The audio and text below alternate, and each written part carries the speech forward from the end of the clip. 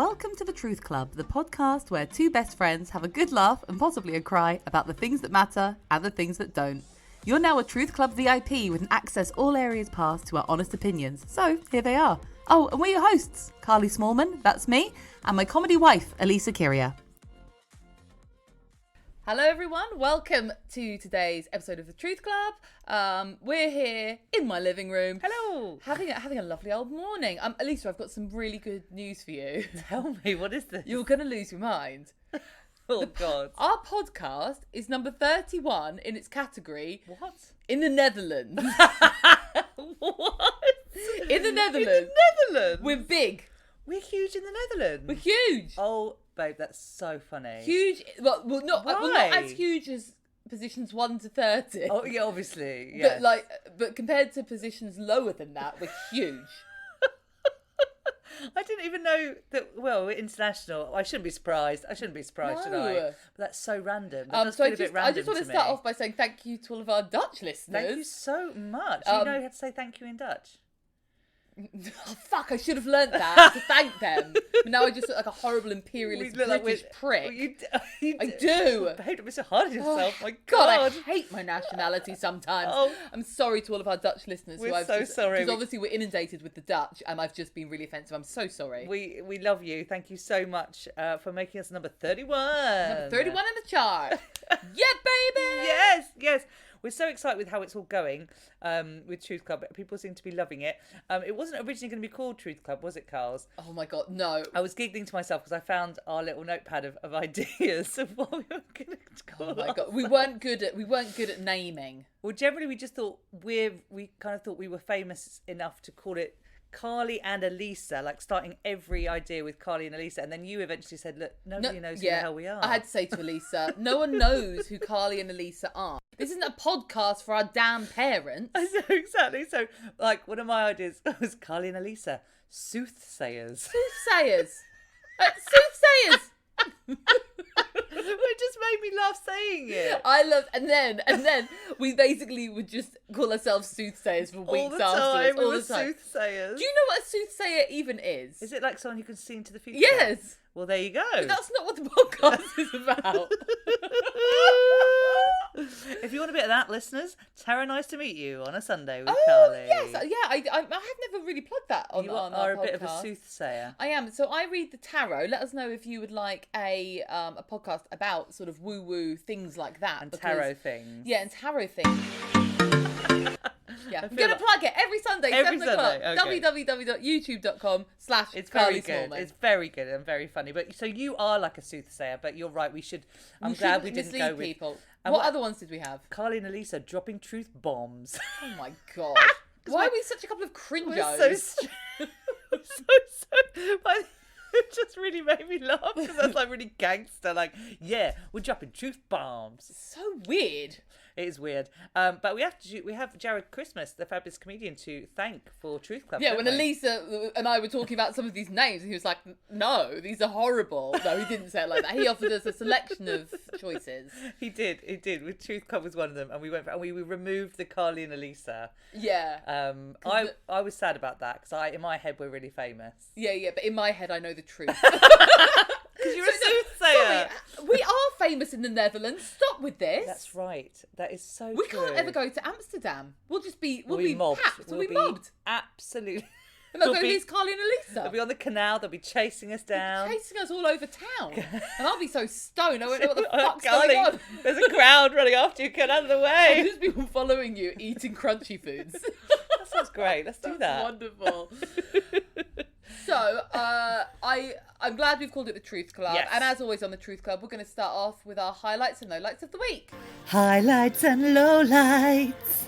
So, highlights and lowlights. Smallman, I know you like to bring us up and then crash us right back down. I do. That's just the sort of person I am. I like everyone to think they're having a nice time. And then boom. And then boom, you're having a terrible time. So hit us with it. Yeah, I will do. This is why only you invite me to parties. Okay, highlight of the week. Obviously, we've had some restrictions lifted for COVID in the UK. Woo! And I saw my grandma for the first time since July. Oh, Carl. So that was lovely. A highlight. And we went for a coffee. And we also had like a little family thing with my parents in the garden. So it was really, really nice. And I think lots of people, that's going to be the highlight this week, just being reunited with the family that they've not been able to see. Absolutely. I think that's absolutely gorgeous. Well done, you. Lovely highlight. Right. Here's my fucking low light. Here we go. Here we go. Strap yourselves in, gang. Strap yourself in. Okay, so as we know from a previous podcast, I have PCOS. I'm on a particular type of medication that was prescribed to me by an endocrinologist, and I've got that on a repeat prescription. Yep. I put my repeat prescription in, as per usual, over email now because you can't go to the doctors. Yep. And I was requested to do like a medication review. Yep. So I get a doctor phone me up. And I was speaking to her about it, and we weren't even really talking about like how are things going. Yeah. She didn't really ask. She told me that she first of all said, "Are you trying to have children?" I replied, "No, I don't want children." And she said, "Oh, well, we don't really like to treat women with PCOS unless they're trying to have children." Excuse me? I felt like I was living in fucking Gilead. Oh like, my sorry, God. you don't count unless you're trying to be birthing babies. Like, unless you're a mother, you don't count. Which obviously for child-free women is quite triggering because we're often basically given versions of that by, family members or whoever, but not by a healthcare professional. So unless you're breeding, you don't deserve to have this horrible symptoms of this PCOS being treated. Unless you're breeding, you're not allowed to be treated. That's disgusting. But I don't think that's the case. I think I just got a particularly shitty doctor. I hope that's not the case.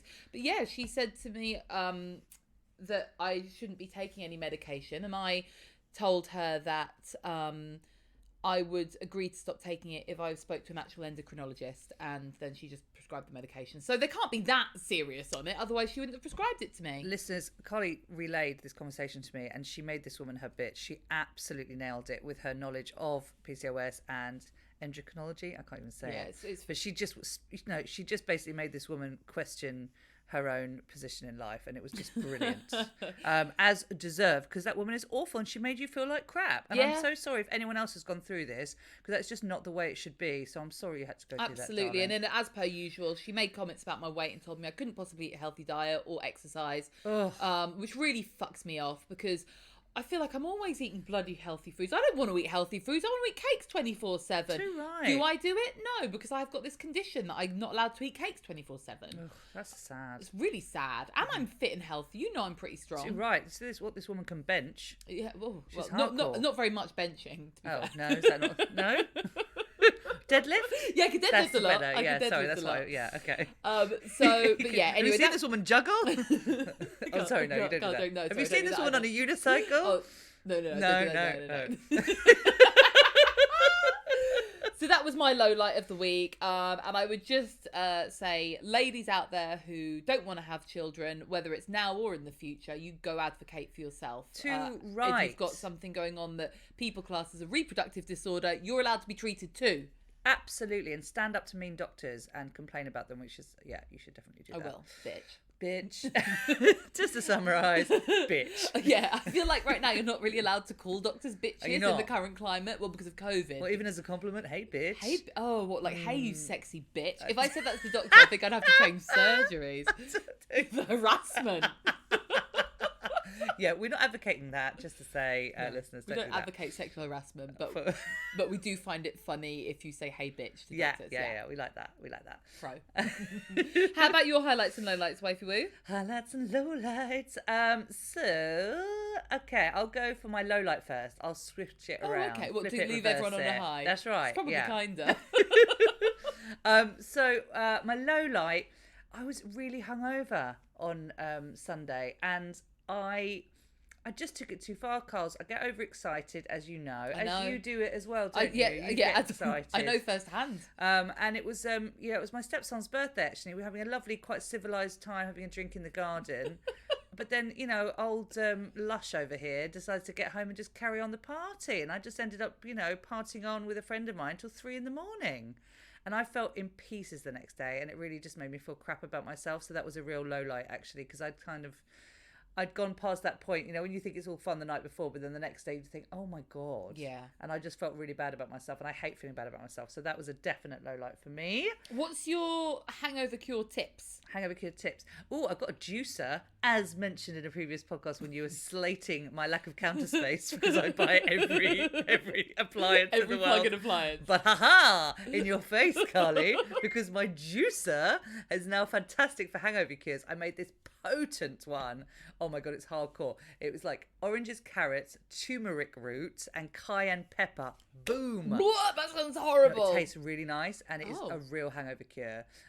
So yeah, and just generally try not to use yourself as a human punching bag, and that's probably a good idea. But yeah, just I think my hangover cure is just eating and eating and eating. Oh, I do that. Okay. Absolutely, of course I do. Sorry, I was worried that you were healthy for a moment. No, have you met me? Of course, I'd also eat and eat. Obviously, I like spicy noodles. Spicy noodles help with a hangover because that bit of spice generally is good. But yeah, so that was my low light. My highlight, I think I might have mentioned it a little bit in a podcast before, but I've got to the final of this very exciting competition, and the final is actually coming up in just over a week, and I get to go in front of this very exciting panel of TV people and famous people and do 10 minutes of my show, which I've been rehearsing with the fabulous director Emma Gersh, and I am just loving it. I'm very excited and nervous very about exciting it. Well, we can all wish you luck. Thank you. We're all going to wish you luck. Everyone that's listening is going to wish you luck. That's going to be happening in about a week. It is in about a week. Yeah. So let us know how it all Thanks goes. so much. Either way, you're a winner. Thanks, babe. Thank you. Yeah. And winner in the Netherlands, it seems. Well, in the Netherlands, they'd have already commissioned you because you're so famous. So random. I love it. I love that we're big in the Netherlands. Shout out to the Netherlands. I never thought that would be my life, but here we are. Here we are. Well, that was our highlights and lowlights. Woohoo! This week, we are telling the truth about food. I eat it every day. Oh my God, you're crazy like It's that. something I'm doing. So now, do I, actually. on the if daily. I think about it, so do I. Yeah, so it's something we do every day. And we love food. So we thought, why not do an episode all about food and eating? Let's start off on a high. What's your favourite foods? Oh, Carla Smallman. My favourite food is Chinese food. Oh my God, so is mine, but we already knew this. I knew that. That is a real foundation of our friendship.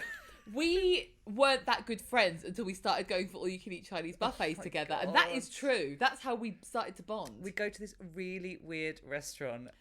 It's so weird. The food is really good, but the service is like they hate you and they want to kill you. Yeah, and you know, I think I've told you this before, I actually had sex in the flat above you that did tell Chinese me that. Restaurant. So in many ways, it holds a special place. Please, can you share the story of getting stalked by the my God. waiters? This place is so fucking weird. We won't name it because we don't want to put you off going. No, because we're still going to go. I said after this story happened that I'm about to say, I was like, I'm never going again. And then like a month later, I really needed to go. She was back.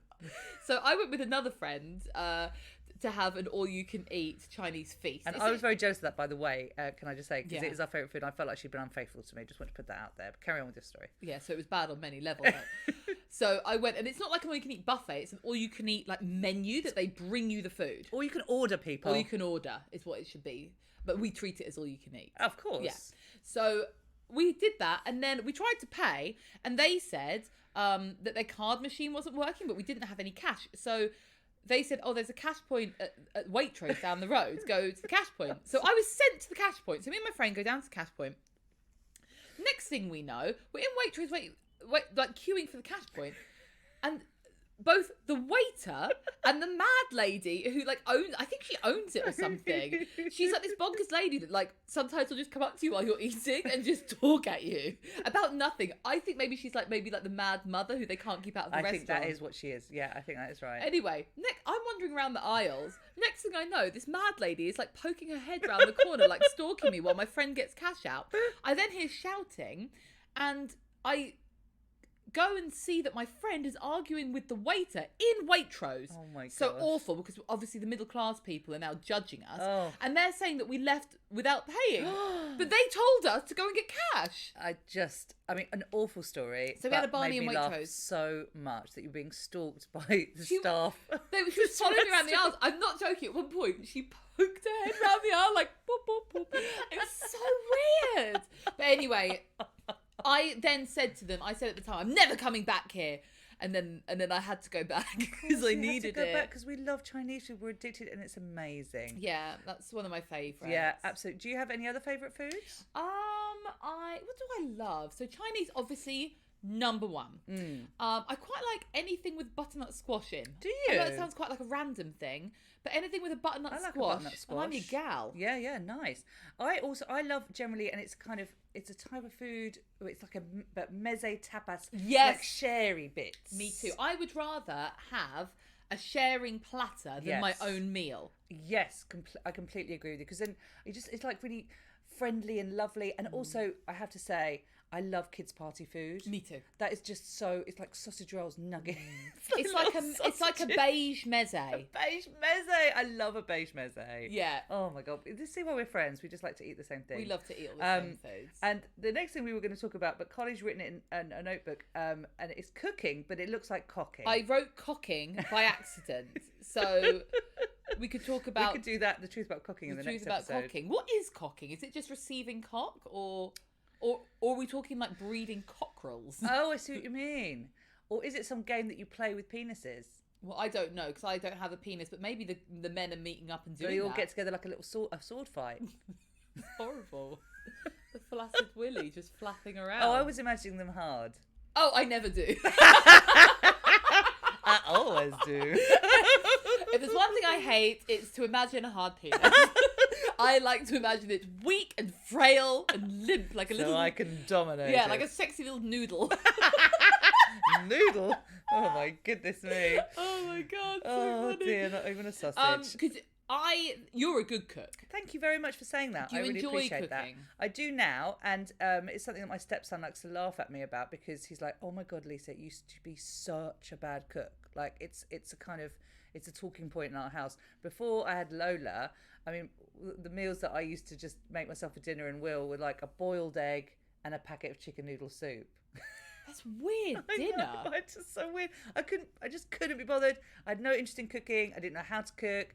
Was your husband all right with this egg and noodle soup? Well, I thought if you're not, then just make yourself something. Yeah, I agree with that. Do you know what I mean? I agree with that. That is often what he would used to get, like a little boiled egg and a bag. And Will, even now, goes, like when I'm making a lovely, like fresh spaghetti bolognese or something from scratch, he's like, wow, we've come so far from the boiled egg and packet of noodle soup. So I think it was having Lola that I just thought, oh God, I really should try. You didn't want your child to grow up with scurvy or rickets. No, and she probably would get that if that's what I fed her. Oh, if she was left to eggs and noodles, there's no telling what kind of even malnourishment. Like a fresh noodle soup. It's like that Knorr packet stuff. Oh, so it wasn't even like a nice ramen. I still love that though. Oh, no, I can't cook I still can't cook a ramen. That's a big deal. Yeah. No, that's a big. My sister, shout out to Stevie if you're listening. She makes ramen with she makes the broth from the bones and the full thing, and cooks it all day. And you made it sound so scary. I sounded like a witch. Yeah. I make the broth from the bones. I don't know what bones it is she's using in that broth. Some things I do find quite disgusting, like when you think about with certain food. Oh, yes, that's true. Broth from the bones would be one. I don't like eggs, which I realise is everyone's like really appalled by it. Whenever I tell people I don't like eggs, people are like, how can you not like eggs? What, all eggs? You don't like seriously, all eggs. I don't like them. And I sometimes think, is it just the smell and the flavour, or is it because it's a chicken's ovulation? Oh God, yeah, I know. People have said that to me before about eggs, and you're eating a chicken's ovulation, and I get it, and it did put me off for I don't know, an hour. An hour, yeah, no eggs for an hour. We know that's all you ate for years. It was a tough hour. But no, I know what you mean. I'm quite I don't like certain things as well. I'm quite fussy. I don't like anything spicy. Like, I'm really and I love really, like you said about our beige meze, I love plain things. I really like plain things. Do you know what? I'm actually a very fussy eater, as we all know. Yes, I do. I always feel very sorry for anyone, including you. You've been there when they come to a restaurant with me. Oh gosh. The waiter will bring like a delicious menu and be like, "What would you like of these incredibly curated dishes?" And I'll be like, "Okay, I'd like to order this one, but I'd like none of the ingredients the same, and I'd like you to change everything, and I'd like you to be okay with that." Yeah. And it's just really embarrassing. It's quite embarrassing, to be fair, as someone who comes to restaurants with you, because you're basically ordering something that's completely not on the menu at all. Yeah, sometimes they make it for me. Also, going for a coffee with you is a bit embarrassing too, babe. I mean, your coffees, it's getting more and more flamboyant every day. I know. I mean, I go in and say, "Can I have a latte, please?" And you're like, "Can I have a macchiato schmacchiato with a side of oat milk with a sprinkle of chia seeds?" I don't drink cow's milk anymore. No, she doesn't drink cow's milk. And that's another fussy thing. But that is good. I think that's supposed to be really good for you. Well, it was so giving good me for the you. shits. Oh, was it? Yeah. Oh, babes. If I had a couple of coffees with cow's milk, and you know me, I used to live for like a latte or a flat white, just milk. Give me more milk. Just put the udder straight in my mouth and I'll collect the milk direct. But But then it turned out too much milk can be a bad thing. Well, yes, clearly, because you're on the loo. I actually, sorry, this is slightly off topic, but I went to a farm the other day and saw a cow that was basically udder feeding her children. It's enormous, this thing. I think we should call all breastfeeding udder feeding. Yeah, I think it's a wonderful new term. And I think that more places would allow it and not make women feel like shit if we just said, look, it's her udders. Well, Lola said to me, like, did you feed me from a balloon in your bum? I said, no. A balloon in your bum? That's what it looked like. It did look like this poor cow had a massive balloon coming under her bum. Oh. And the kids were just trying to like run around and the little baby lambs trying to get some. Baby lambs? Baby cows, whatever it was. And she was just like, get off me, I'm tired. She just looked absolutely fucked, the poor thing. Oh. And I just thought, oh, you poor thing. I felt like that when my cat had kittens. She just looked knackered. Yeah. And she just had really like raw nipples. Raw nipples. It took me back. Yeah. But anyway, so your milk, no more cow's milk for you. And I don't like to prepare meat, as you know. I don't quite veggie, actually. Yeah, I don't buy meat at home because sometimes when I'm walking through the supermarket meat aisle, I get really upset and want to cry. Oh, love. Because this is going to sound so bonkers, but this is the Truth Club. And this is what I'm doing instead of therapy. So sometimes I walk through the aisle of the supermarket where the meat is, and I imagine what it would be like if my dog was in a meat packet. Oh my gosh, do you? Yeah. No one's going to do that to Indy. I know. Oh, look, I just said his name and you went, what? Who's going to put me in a burger? Nobody. No one's putting you in a burger, you spoiled brat. Oh, love, do you feel like that? Yeah. Gosh, I really don't. And isn't that horrible? But I'm such a carnivore. But I do get all my meat from the butchers. So I feel like even though they are murdered, they're murdered had a nice from being on a farm. Yeah. And not in some horrible battery thing. I feel like it's better. It makes me feel better. You're still judging me, aren't you? No, I'm only judging with my eyes, and I didn't do it verbally. I can see you, so that's how I know you were judging me. It's fine. I eat meat sometimes when I go for Chinese. Oh yeah, babes. You know. Yeah. I do think eating meat is unethical. Right. It is, but sometimes I do it. Like if I'm getting a Chinese takeaway. Yeah. What? I'm not going to eat a duck. I mean, absolutely. This is madness. There's so many ducks. Just go to the park. I don't want to eat meat, but I don't hate myself. Yeah, good. Okay, great. Sometimes, and one of the other things that I really enjoy is if someone else has just made meat and I get to eat it in their house. And then you get to eat it, and then there's you haven't had to go and buy it. Well, no, exactly, so exactly. Good. And if I didn't eat it, there would just be like meat going to waste, which obviously is not right. Which is not right. So I get really excited. That is really exciting. I'm like the worst vegetarian person ever. I get so excited when people make me meat that I'm just like. It's not a classic sign of a vegetarian. No, not classic. I wouldn't say I'm a typical vegetarian. No. Another reason why I like going to butchers is he fancies me, this old man, and it gives me this nice ego boost every time I go in. Like I think I mentioned on a previous podcast that my scales told me I was beefy. Yes. Yeah. So I told him that because he was telling me about his weight and stuff, and he went, "Well, if that's beefy, Well, he obviously will like beef. I love a bit of beef. Well, I guess he's a butcher. Beefy? Of course he loves that you're beefy. He likes his meat and his women beefy, apparently. Oh my God, he loves everything to do with beef. Yeah, there you go. So it just, as well as giving me, sustainably whatever raised cows, it's also a nice compliment. It's a nice ego boost for you. Slightly inappropriate sexual innuendos as well. So that's always nice. I hear that. What was your favourite meals when you were growing up as a kid? Like, do you have any meals that just like remind you of your family? Yes, definitely. I think just to go into a bit of psychoanalysis, because I love to do that, Carls. I love it. When my parents divorced, whenever my dad used to come visit us, he'd bring a Chinese.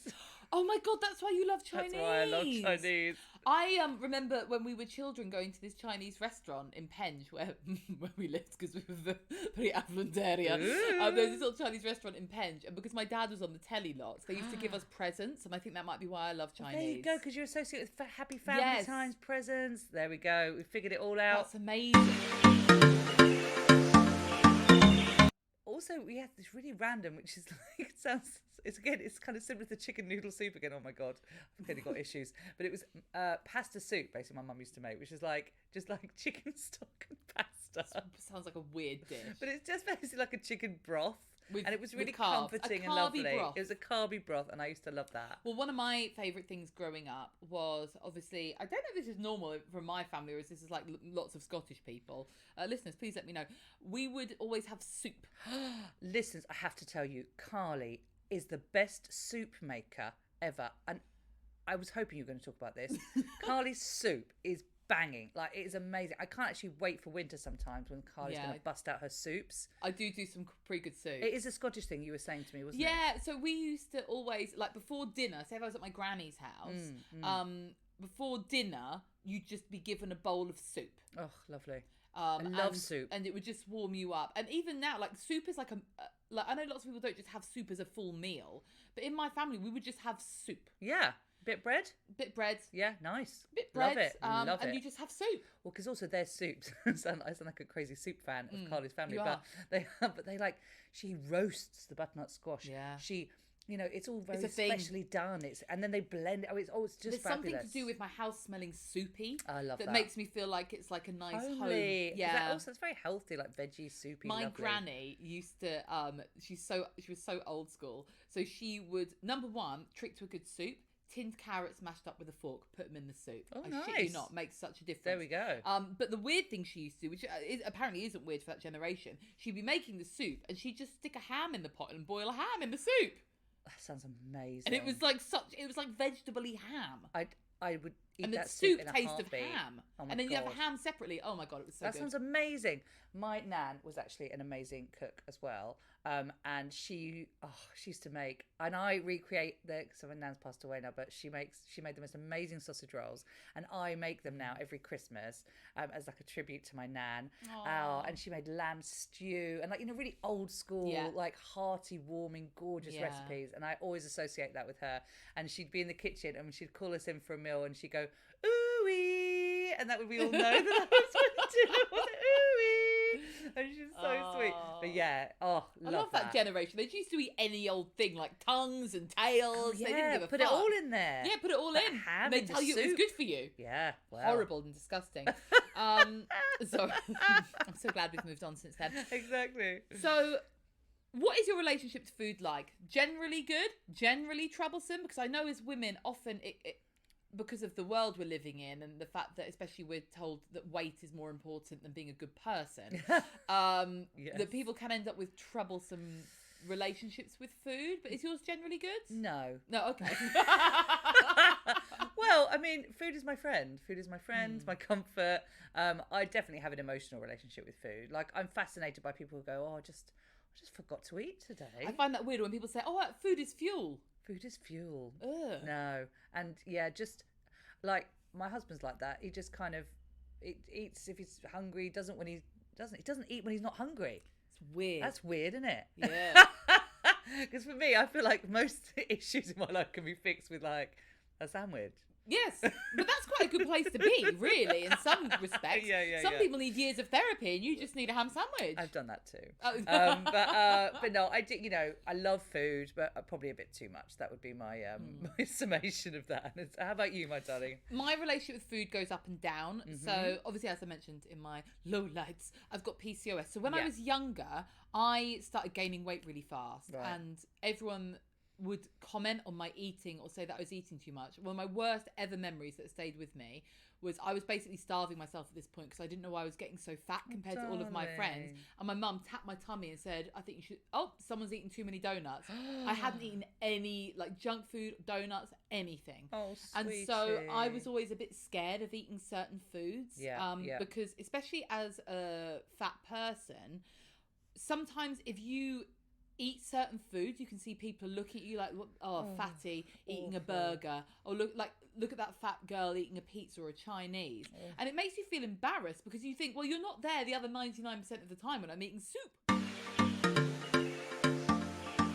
Why should they be looking at you like that anyway? Absolutely. You're a fabulous woman living your life. So So when I was younger, sometimes I would like secretly eat nice things that I liked so that no one would see me eating them. Right, yeah. And that caused a bit of a weird relationship with food because I would want to eat with other people what they were eating, but I would have to eat it later. And you'd worry that they would judge you, so you would eat it by yourself. Yes. And then that created a secret relationship with food. Yes, exactly. Yeah, that makes exactly. complete sense. Because I was worried they'd be like, oh my God, she's so fat. Why is she eating?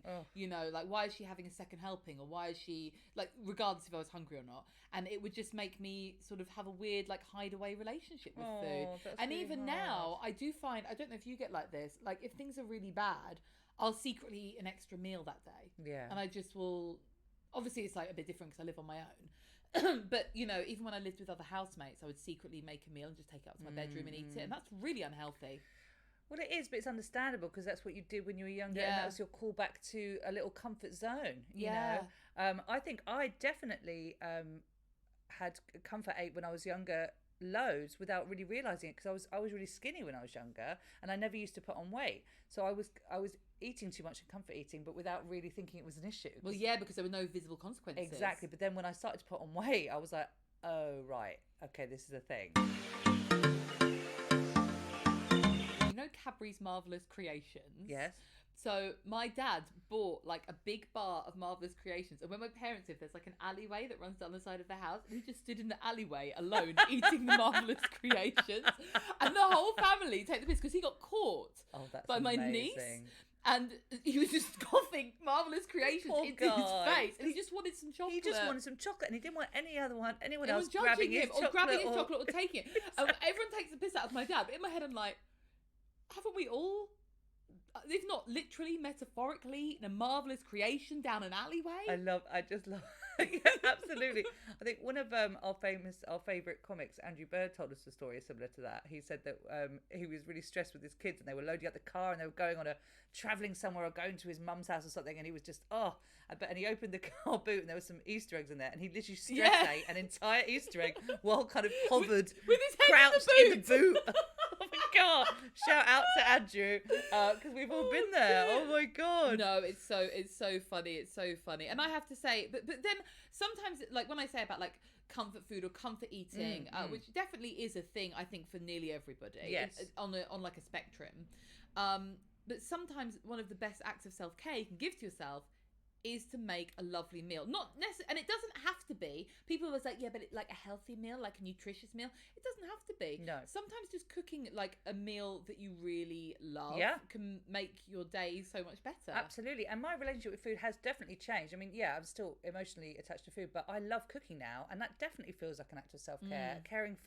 I love cooking for you. I love when you cook for me. I love cooking for my family. And I also like, it's a bit of me time because I'm sort of away from everyone in the kitchen. I put on a bit of Drag Race and I watch a podcast, and I make this nice, lovely food. And there's something about making something from scratch that I really like because it does feel, I don't know, a bit nicer, healthier, but also just like a proper, like you do it from start to finish. You feel like you've accomplished something. Yeah, so I like that. I have to say, I don't think I'm a very confident cook. I always think my food is quite shit. I like the food you've cooked me before. Yeah, other people I had some lovely noodles quite like some of it. Yeah, I'm quite good at noodles, but sometimes I'll make myself like a meal, especially when I'm experimenting to try and make something healthier. Is always my worst time. Like maybe I could swap out that really fatty ingredient and swap it for this ingredient, and then I'll eat it and I'll have to be like, I don't like that, and I have to secretly like either throw the food away, which I can't bear doing. Or I just have to eat. You'd lose your mind doing that. Yeah, I can't even accept a plastic carrier bag. Like, I would lose my fucking mind throwing food in the bin. Like, that would cause me anxiety for days and weeks.